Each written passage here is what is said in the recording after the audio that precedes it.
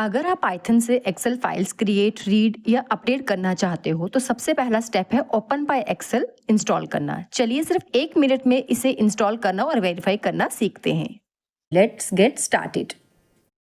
Now हम अपने VS code की स्क्रीन पे आ चुके हैं। तो सबसे पहले हमें कनेक्टिविटी करने के लिए हमारे पास एक लाइब्रेरी होती है ओपन पाई एक्सेल।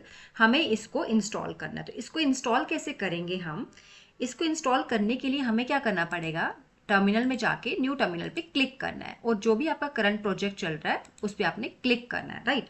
फिर आपने क्या करना है, यहाँ पे आपने लिखना है पिप इंस्टॉल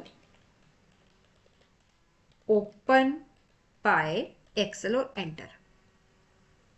नाउ मैं ऑलरेडी इसको इंस्टॉल कर चुकी थी तो मुझे इस तरह से इसका मैसेज आ गया अपडेट का। तो आपका फर्स्ट टाइम होगा तो आपको वहां पे बता देगा लास्ट में सक्सेसफुली आपका इंस्टॉल हो चुका है, राइट। अब आपने चेक करना है क्या ये वाकई में इंस्टॉल हुआ है या नहीं। तो उसके लिए आपको क्या लिखना पड़ेगा, इंपोर्ट ओपन पाई एक्सेल, एंटर करेंगे हम।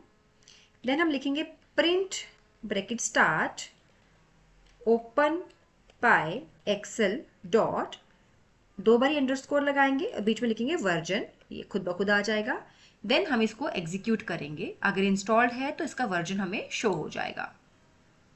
देखिए यहाँ पे आपका वर्जन क्या है, 3.1.5। बस इतना ही था इस वीडियो में। आज हमने क्या सीखा कि ओपन पाई एक्सेल क्या है, इसकी ज़रूरत क्यों पड़ती है, इससे इंस्टॉल कैसे किया जाता है और वेरीफाई कैसे कर सकते हैं।